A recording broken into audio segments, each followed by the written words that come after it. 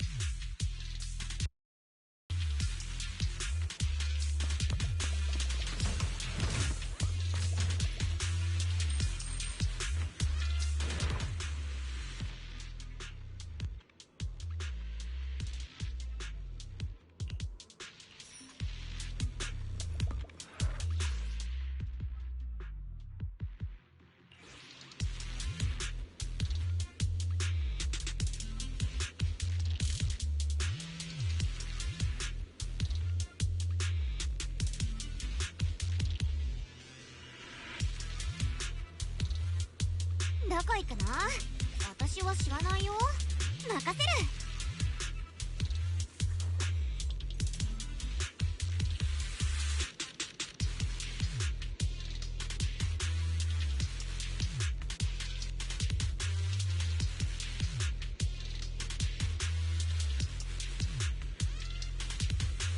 どこ行くの？私は知らないよ。任せる。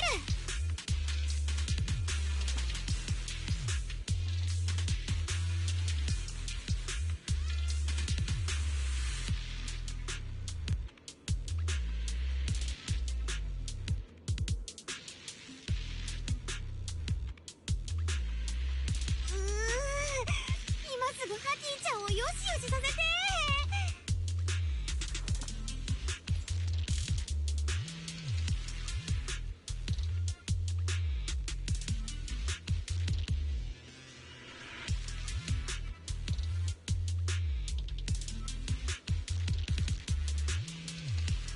どこ行くの？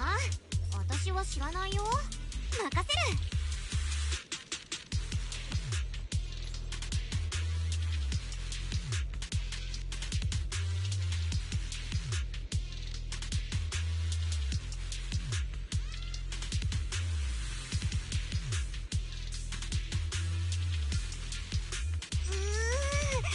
今すぐハティちゃんをよしよしさせて。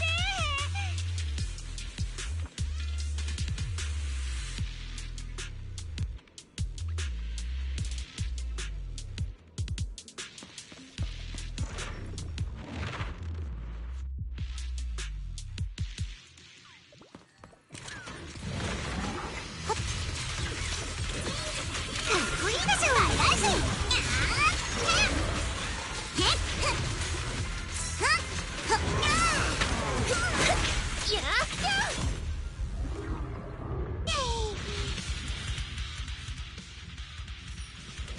いちごちゃん、任せて。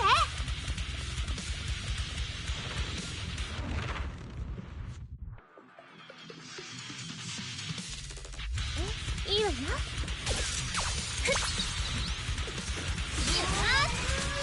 備はいいかしら。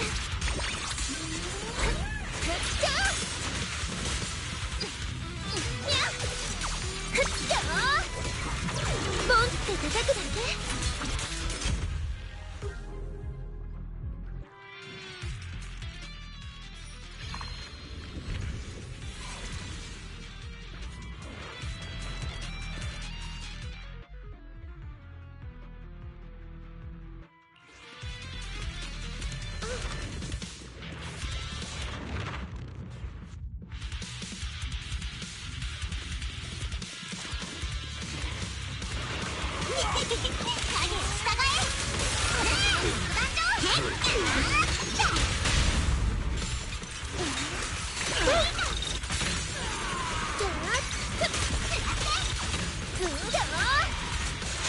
叩くだけ。やっ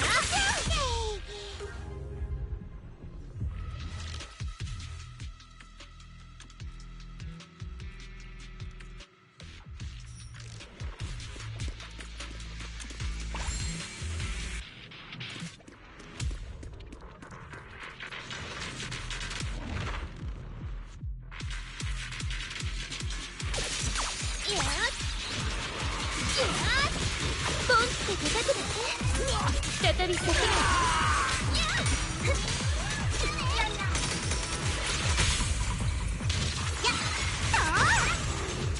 死神インパクト。ほっそれ。そう影を従え。私たちが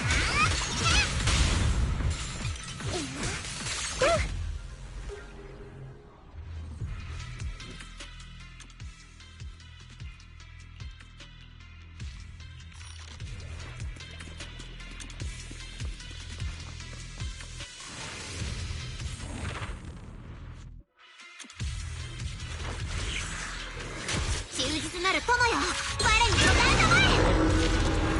この戦場は私たちのもの。隙ありです。空の方向へ。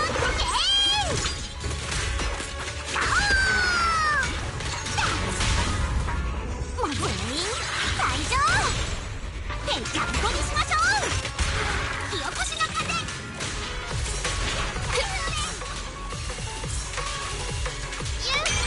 お返しよ。準空へ見せ場です。かけてもらうわ。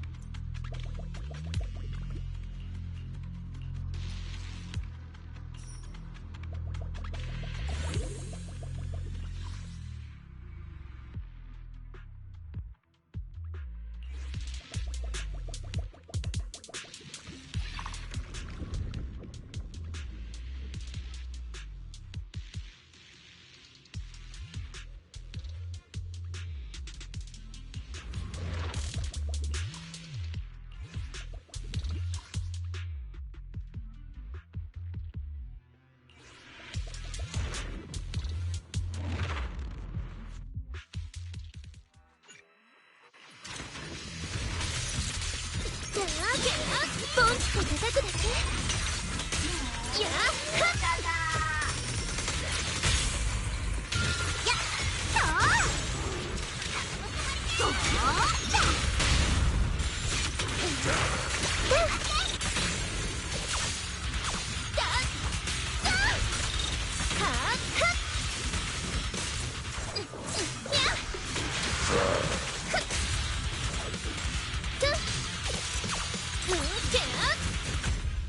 受け止められる？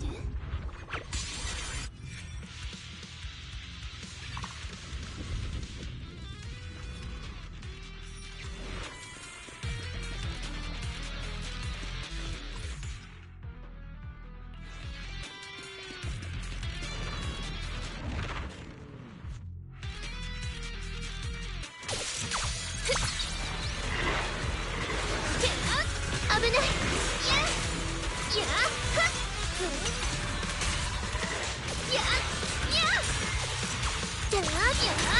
ポンって叩くだけ。回り込み。タナトスハリケーン。綺麗だよね。よーく見ててください。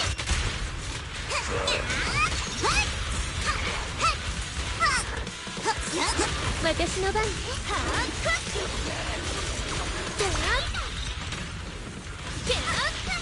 行くわね。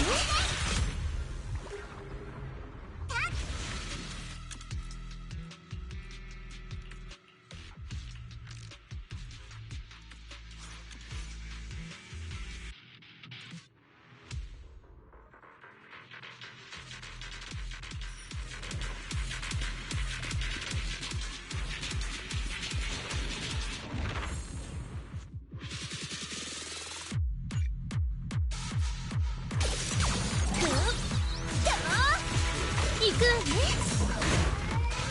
さあみんなでバラバラにするのよ。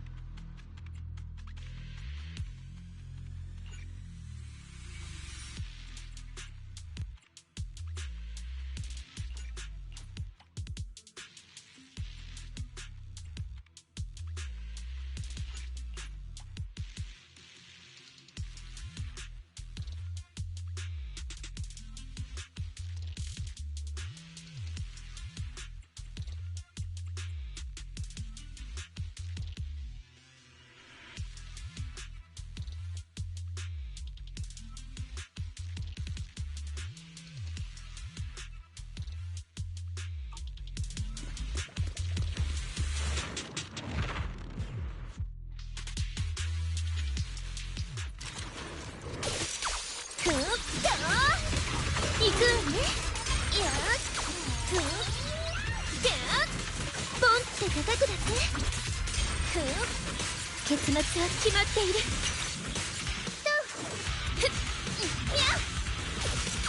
やっと行くわね結末は決まっているやっと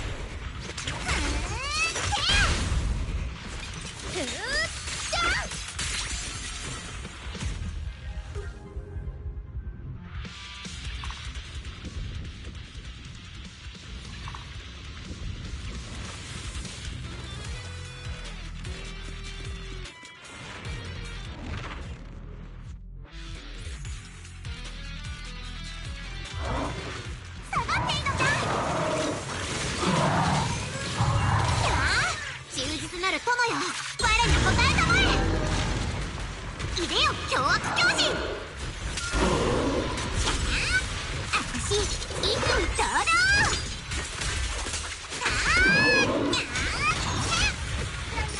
倍返しままにしますよ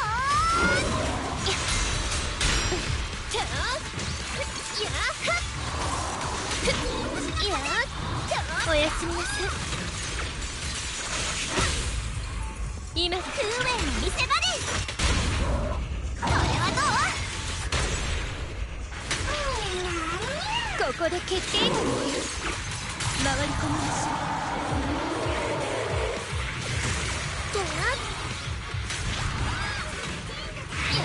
受け止められるさあみんなでバラバラにするのよ夢の海に最初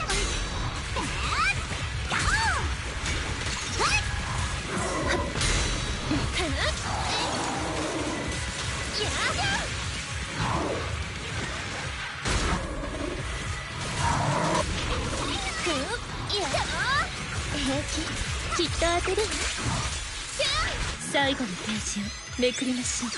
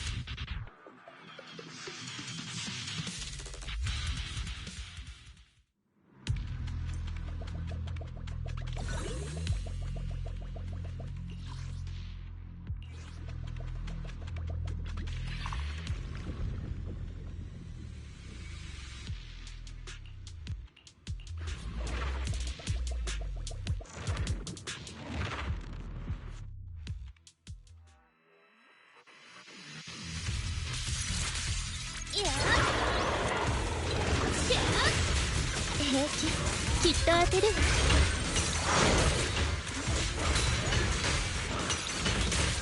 黙っていのかいスーエその目ですよさあ永遠におやすみあたしとゲームをしよう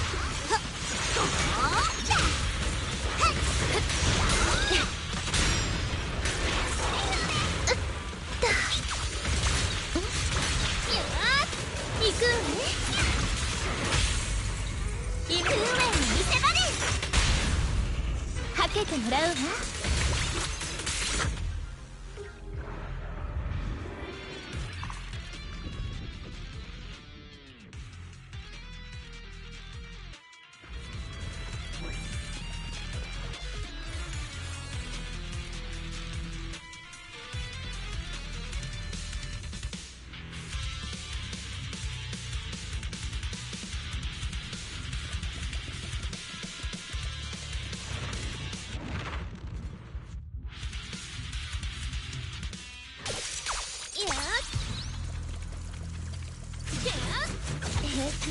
きっと当てるわ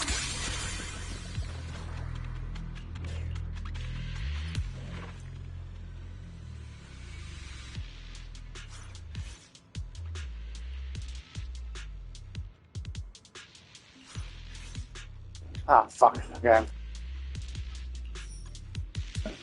These would only be damage, so I wasted those refreshes because I thought it might be other non-general ones.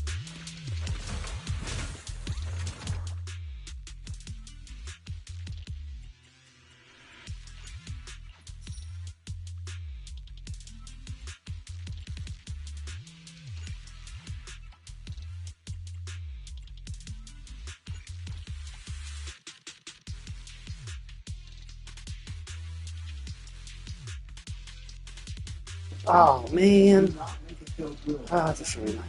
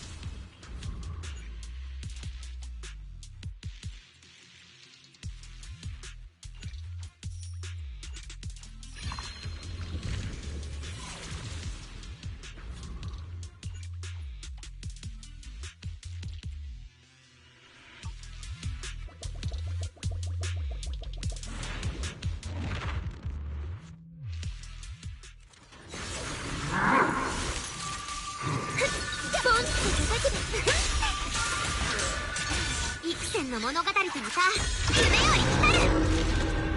この戦場は私たちのもの。してやりです。私幾に堂々。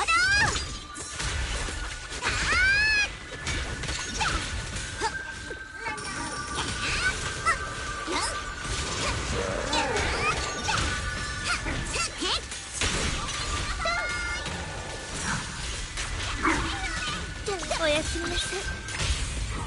空への見せ場です。これはどう？ここで決定だね。さあみんなでバラバラにするのよ。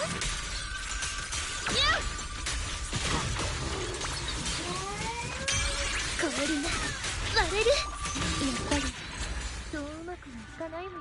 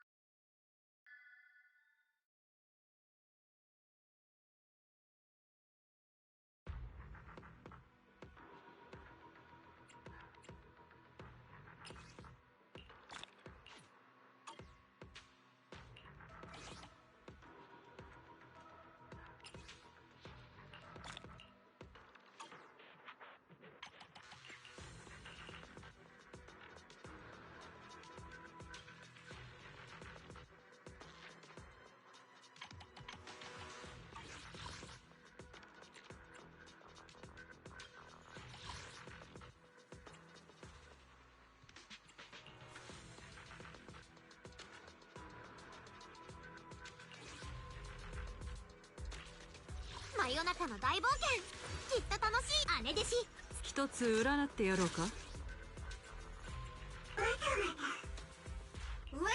どんどんわな。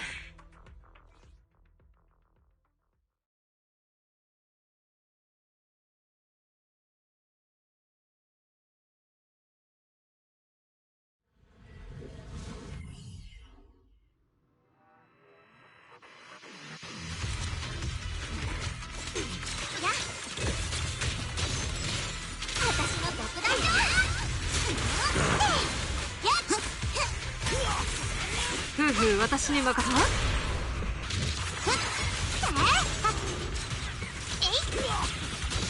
星たちの夜を巡れ。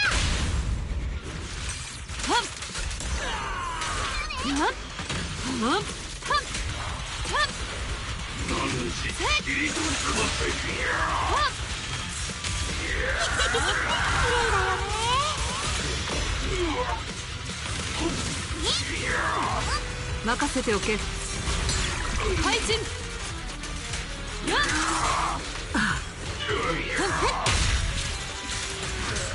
やりです。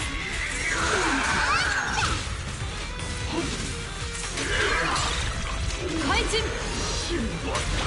引用創生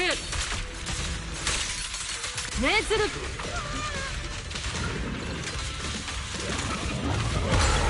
歓喜。命脈は耐えたようだ。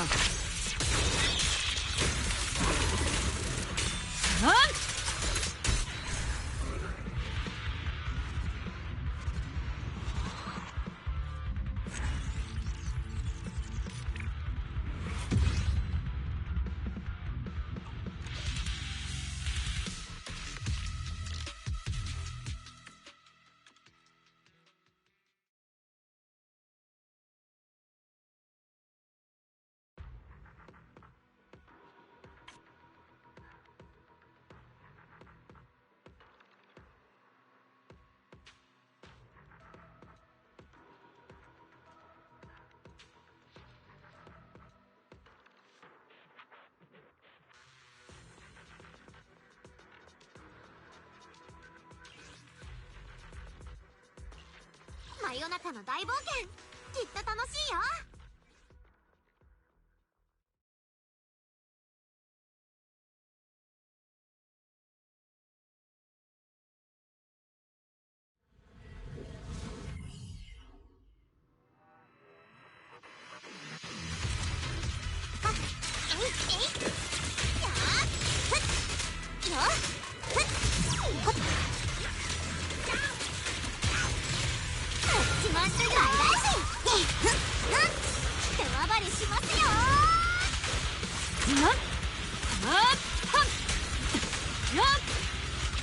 一心。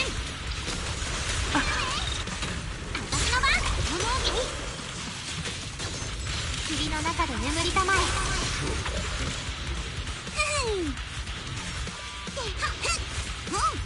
人暴れしますよ。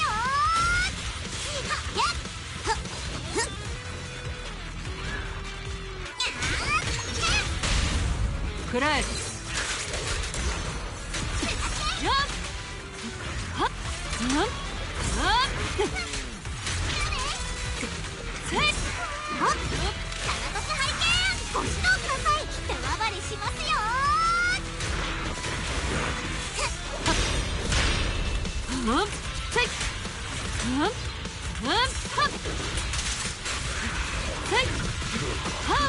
両親を共に滅す。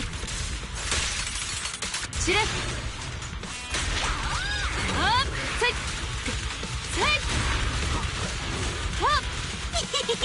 霧の中で眠りたまえ。人暴れして。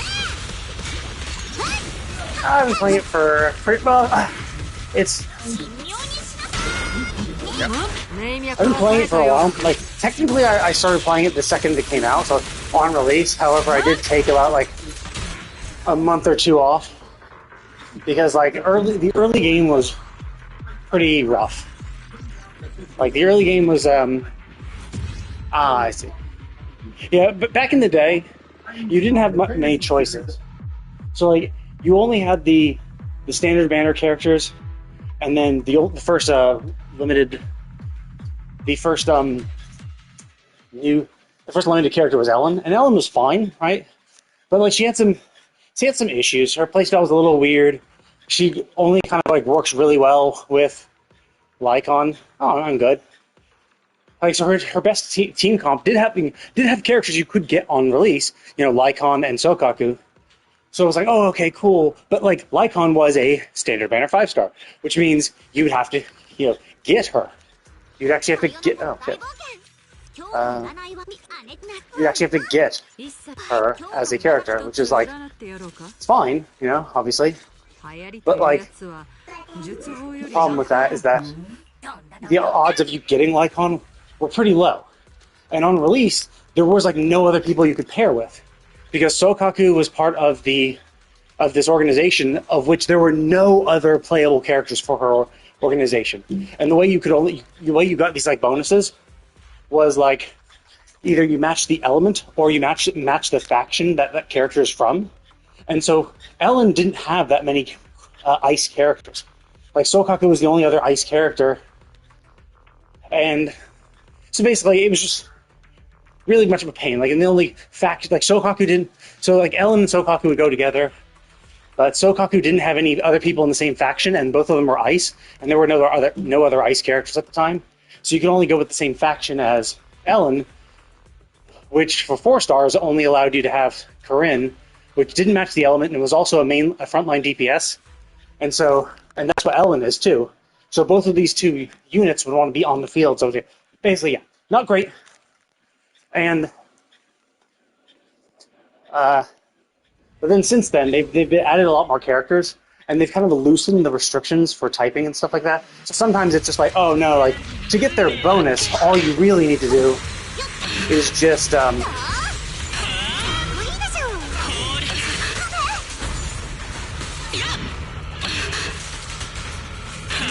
all you really need to do is just.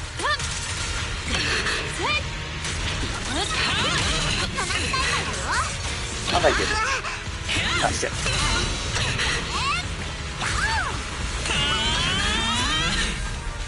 Oh, I see. This is like an infinite one, kind of.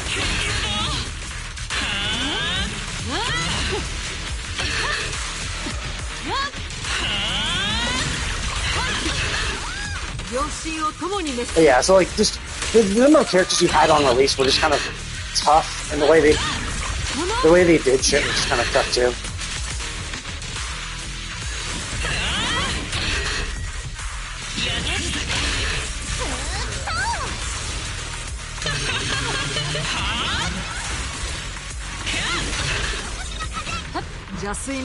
So yeah, it was just kind of, oh god damn it, I did the wrong one.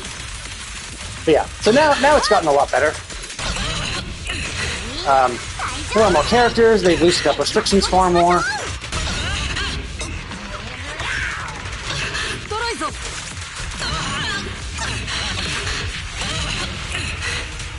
And they have more, because you would.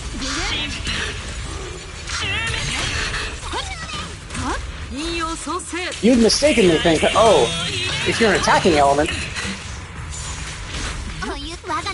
that like the attackers are the mainline DPS, but then they like just made all the really good attackers.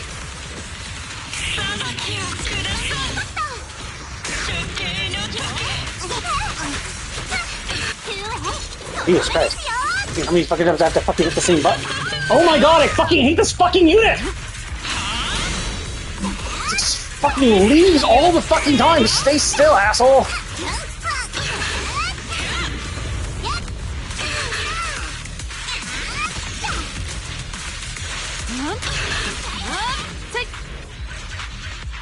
Ah, damn. Yeah, this one's fucking annoying as fuck. Because it constantly fucking runs away, and you have to get your timing super well. The reason I ran out of time. It's able to do it. A lot of points to spare, but still. Kind of annoying. Because basically if you fuck up the timing, you're fucked. It just takes longer, and I could have almost cleared it. But I missed too many of my dodges, which fucked me. But yeah. And yeah, like early storytelling was first. Why they put her first? Interesting. Fair, what's up? Oh, actually, I know what it is. You're looking to sell something. Oh, oh, I see. Cryo. They won't cryo.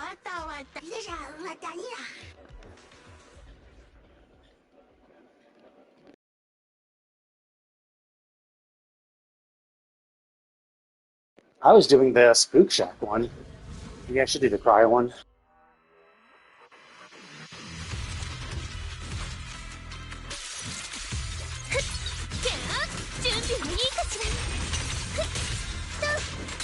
Step 1, scream. Step 2, keep doing it. That's how. Do I have 200? I mean, it's just something is always just scream. It'll eventually happen. Plus, I would not be super concerned about like the follow count number. The follow count is actually dog shit. It's because like most of the people who are following are not actually people.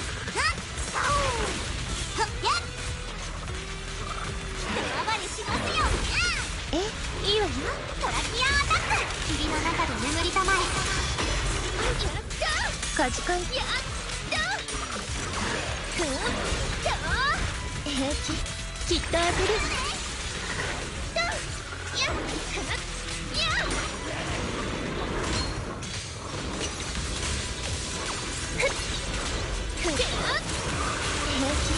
きっと当てる。氷のベッドで寝かしつけてあげる。Most of the people you get who follow you are just going to be bots who are here to sell their shit. じゃあ受け止められる？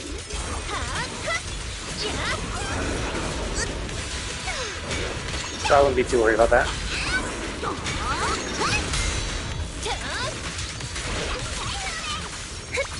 受け止められる？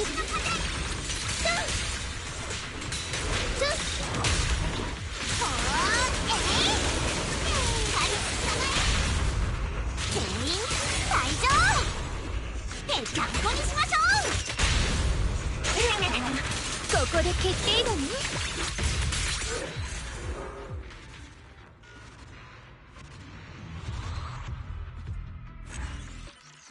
But yeah, they knew how kind of rough the beginning part was, and so they basically also changed their story structure as well. They used to do a bunch of stuff in televisions and stuff, and you actually like navigate within the television to explore. And they basically changed that up because they realized, yeah, people don't like it as much. People aren't really a huge fan, and it just ends up taking up a lot of time. Oh, wait a minute, fuck. Shit, no, I think I went back into the exact same one I just did. Or did I say, let's do it again? Fuck, I needed the next tier. But yeah, so they changed around the story structure.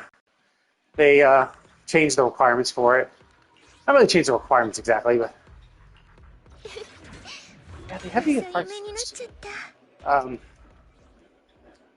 which is fine, and I do like it. I do like it more. The television stuff. The problem with the television stuff is it was taking too much time, and it would interfere with the pace of the story. So in this current mode, you don't really have much of an issue with the pacing for the most part.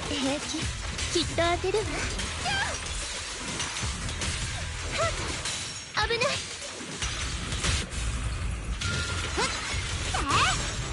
私たちが待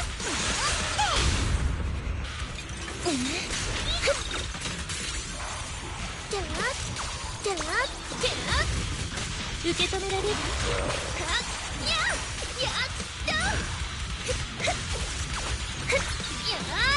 おやすみなさい。結末は決まっている。 下がっていいのじゃ。霧の中で眠りたまえ。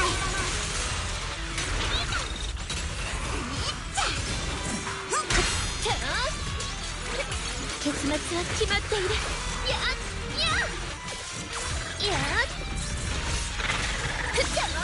おやすみなさい。サポート参上。影を従え。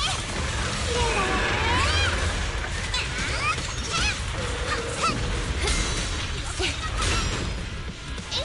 最後のページをめくりましょう。いちごちゃん。や。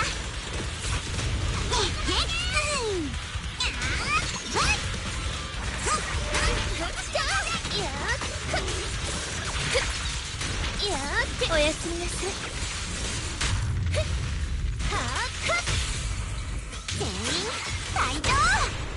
ぺちゃんこにしましょう。 ここで決定だね。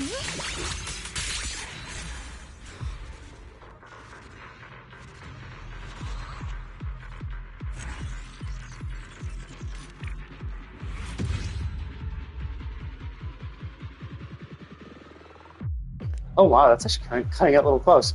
So, I mean, 26 seconds, I guess. It was more than enough time, I guess, realistically speaking.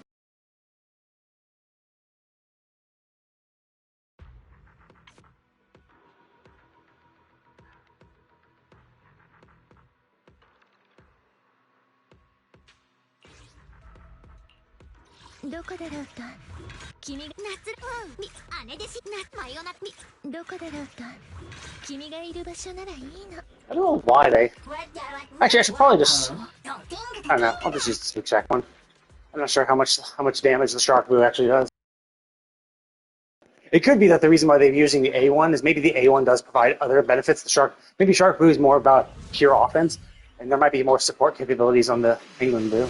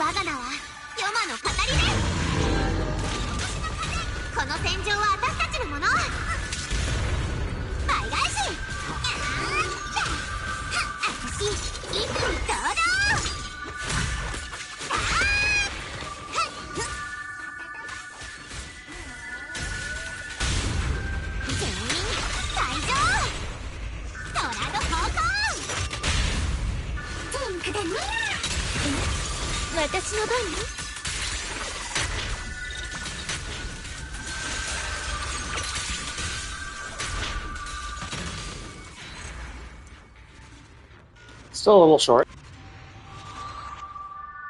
Still, I did pretty well though. I was able to kill it. Maybe I need to know the best way to do rotation. So it's still 32,000. Damage score is 22. So damage score alone would have had me fail. But yeah, I just need to know the better way, the best time, because like Yudari has the issue that she needs to charge up, and you want to make sure she's always below 50% health, so she's always operating on her max buff. Okay, wait, what? Oh, I see. There's another thing. Okay, cool. Now there's the interesting thing. Yudari's all maxed out. She has her skill, I think.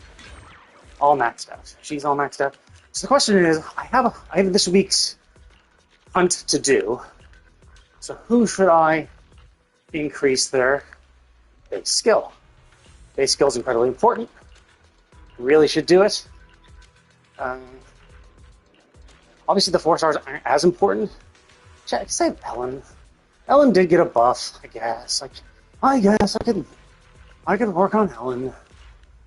Could also do her, Rena. I haven't really used Rena that much, actually. Especially lately. And also there's Lycon. So it's like, But then there's also her. I don't think I'll ever use her. But realistically, I could see myself using Ellen at another point. Although with the introduction of Miyabi, if I ever really need like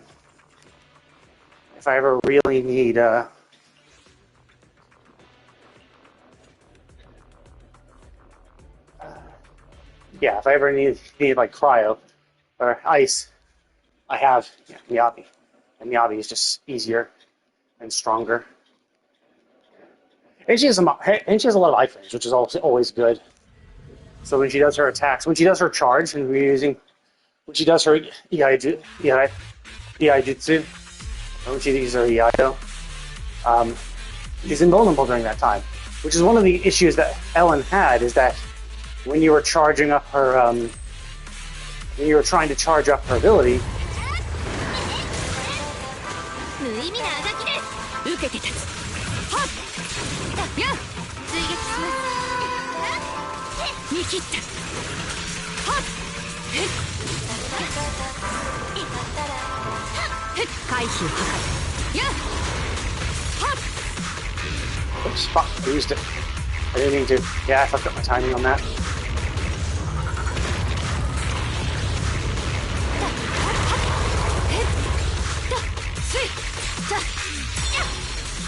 終わりだ。攻撃復興。この気を逃さん。へっはへっさすい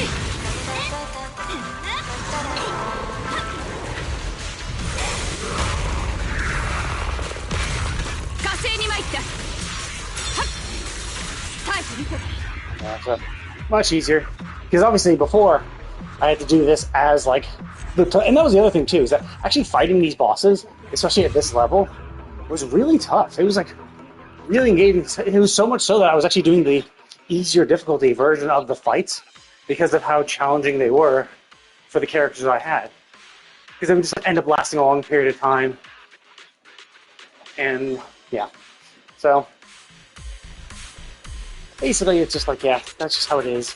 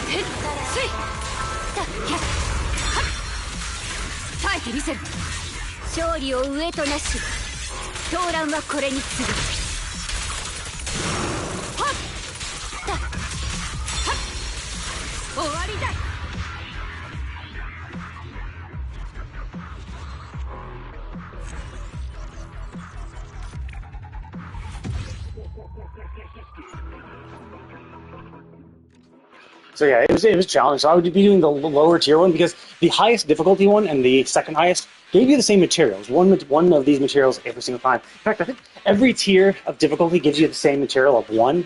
It's not like being super high level. Not like doing the hardest tier gets you 2. So you really want to do the highest tier. No, every single one gives you 1.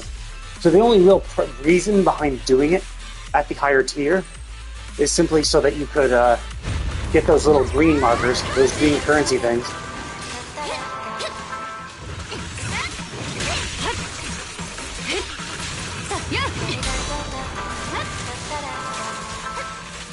この気を逃さん。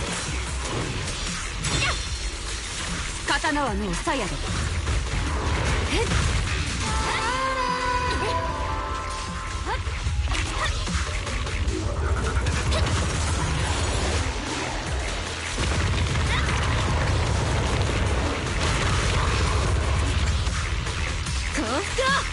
受けて立つ。スイじゃ攻撃続行。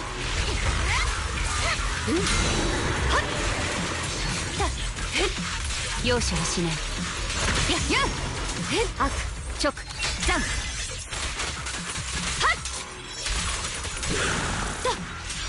やっ終わりだ。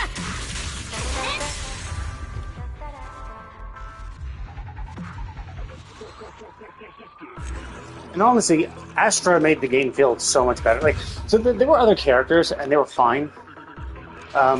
But like the Astra and her ability to just do the quick swaps super quickly is so convenient. It's so useful. Like, I'm not using her as much in the most recent party comps, she only is kind like I mean, it's mostly used for the instances where where you actually like need something like that, or you have two characters that you want on the field relatively equal amount. Which, for like Yudhari, not so much sure, right? Yudhari really kind of needs to be on the field most of the time, so you want her to have off-field support. Now, Astra still does provide off-field support, but she also does, does it with swaps. So if you're not going to swap, it's not the most useful. Okay, since I have all the materials, might as well. Oh, there we go. Got her finally maxed out.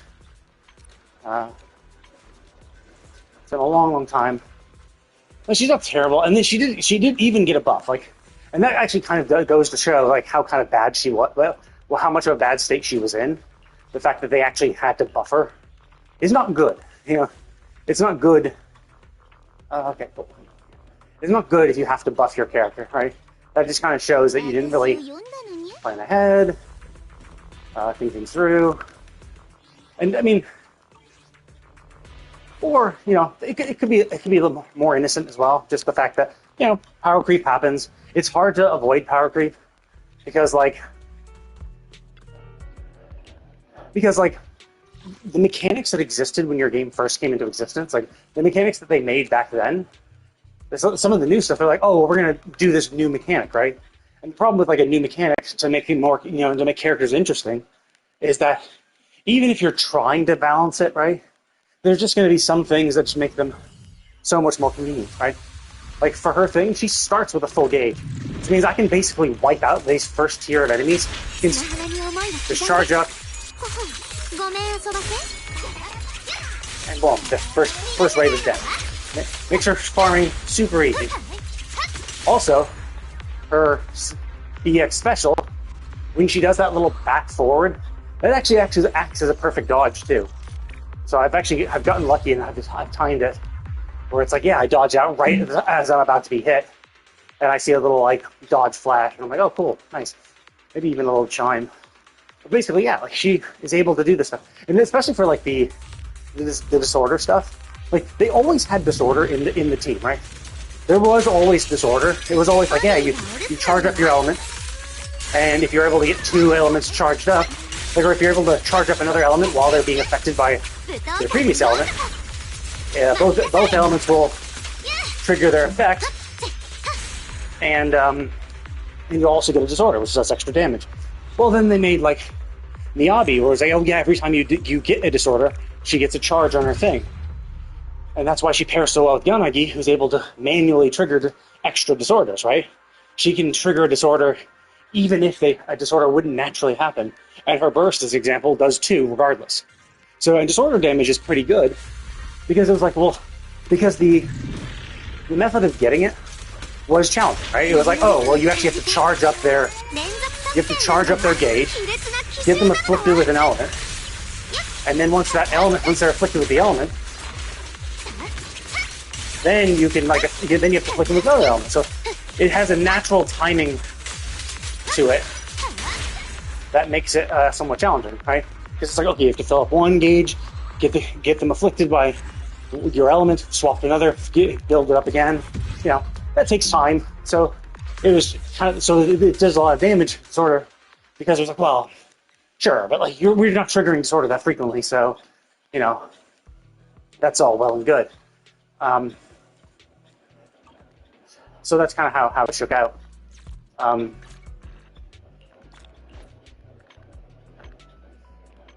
So that's all done. So that's all done. Yeah, I'll wait for the thingy. Goodbye. Anyway, so yeah, so like this, the Shiyu defense is the other way to get those green tokens in Deadly Assault. But I don't really do them mostly because I forget about them. And like I could do them for the base level. I could just do each one, but it's a time trial, and I hate time trials. It's a time trial. You have to like do as much damage as possible. Within that time frame, which is fine because it's not like you're expected to kill it. You're just expected to do a lot of damage. But the problem is it's super sweaty because you have to really fucking focus and you really have to get your rotation down. And it's great for games like this because it's like it allows you to a measurable a way of telling how much better you've become. Where it's like, yeah, you did this. The first time you did this, maybe you only get 10,000 points, but then you use the same party over and over again, and now you're getting 20,000 because you've gotten the rotation down. So it's a good high stakes method, and a realistic method because you actually are fighting a boss, which is like a boss you would normally fight. But it's just too sweaty for me. I'm just like, I do this mostly for the story, a little bit for the hot characters. So. But yeah, so like Disorder was designed kind of around the fact that, oh, well, there's a natural thing of, oh, it can do a lot of damage because you just can't trigger it that much. And then they make a character like, Yanagi, who can trigger it manually and extra, so you're getting a lot of extra damage from that. And now every single one of those disorders can help bring Miyabi closer to doing her fully charged Iaido, which does a fuckload of damage and also is invulnerable while she's charging it. So she gets a lot of iframes. It's a huge wide area of attack, which is great for mobbing. So it's like, yeah, it's just really good.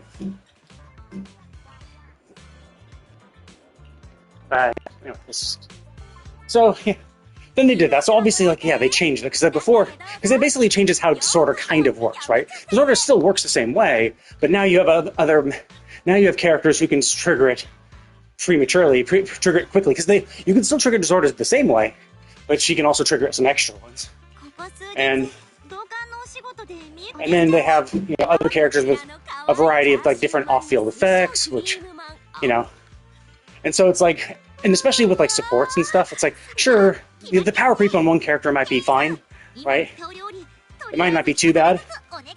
But then like when you add another power creep, so basically when you like the power creep might not be by much, but then like you could introduce a character who's a slightly better support than other supports, but now with her support amplifying the other power creep of the other characters, now it just gets a whole another level of shit. Like that's why like Astra is so good, because it allows us to swap between characters. So Yanagi and Miyabi keep applying their element, and they're both anomaly mastery units, so they actually will charge up that elemental effect gauge much faster than normal units. So you're able to get them to charge up fairly quickly, and then swap between them fairly frequently as well, because of that. You don't have to rely on the counters. But you can always swap whenever you want, at any point. But Astra's little swap is a nice little reminder of, hey, yeah, you should play, swap now, right? Whereas before, it's like you have to figure out the timing to swap. How long do you want each character to stay on field for maximum benefit?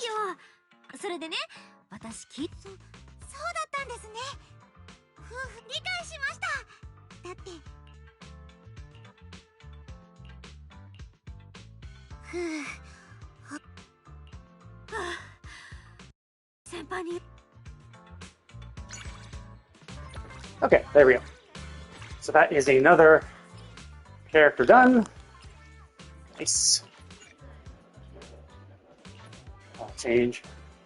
So yeah, so she appears relatively frequently. She's actually a little harder to have her appear because she only appears at night. Yuzaha is surprisingly a pain in the ass to appear too. Like, Alice appears so frequently. She's always on the fucking beach. So yeah, you get character, and same for Rena. Like I got Rena. Actually, I've had Rena for a long time, but like she just does not fucking appear. She appears so infrequently. It is crazy how infrequently she appears, and it's like I also need to like farm it a little bit more. And to be fair, like it doesn't really require that much effort to find her. That is Corinne, right? Yeah, I thought so. Okay. It's not like super difficult to find her. And it also is much easier now because they now show you who's where. So before you actually had to. They had a different menuing system. So before it was like, oh, okay, you look at the menuing system, and you have to cycle through each zone, and then look down and if they had a pip or not. And then they had this map. Then they had this instead to select, so you couldn't actually see where all your allies were. So you actually had to open up this map and like scroll down map at a time to be like, oh look, there she is. There's someone there, which was a huge pain in the ass. And then lately, like a patch, like last patch or something, they were like, oh no, actually, if there is a person who, hey, it's Rena. If there's a person who has a thing for you, they'll appear on that teleport menu. I'm like, oh, thank God. It makes it so much more convenient. And like, this is the kind of thing that resets every day. So it's like, if I just did this frequently, it would be fine.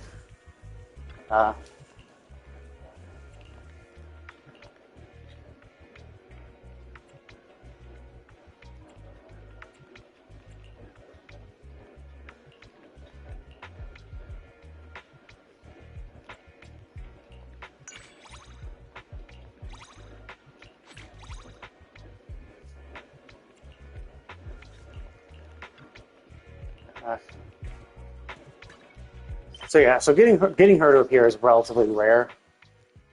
Whereas like all the other ones, like yeah, they're just Alice is again on that location. So anyway, I'm gonna go ahead and call it now. I did my weekly shit, so I don't have to focus on this game at all. For basically the rest of the week, just do my dailies and shit, and then I'll be done. I have my Genshin stuff. Realistically, I should have probably done that because that is running out of time. I only have until Sunday. So tomorrow's workout will be all about that. Getting my getting the newest of the oldest event done, the one that actually is a surprisingly big event. I might focus on the story while I walk, and then do the mini games after I walk. Just to wrap them up. I'm not sure. I'm not sure how long the quest will be. And then there's the other one, the dancing rhythm thing, which should be quicker, but that I definitely have to do when I'm not walking. Because walking on my treadmill produces too much white noise, so I cannot fucking hear shit. And the whole point is that you're supposed to do your actions in tune with the beat. It's supposed to be 2 beats after the light goes on you. You're supposed to do this, but it's like I'm using the visual cues of the thing on the frame of the screen that pulses as a metronome.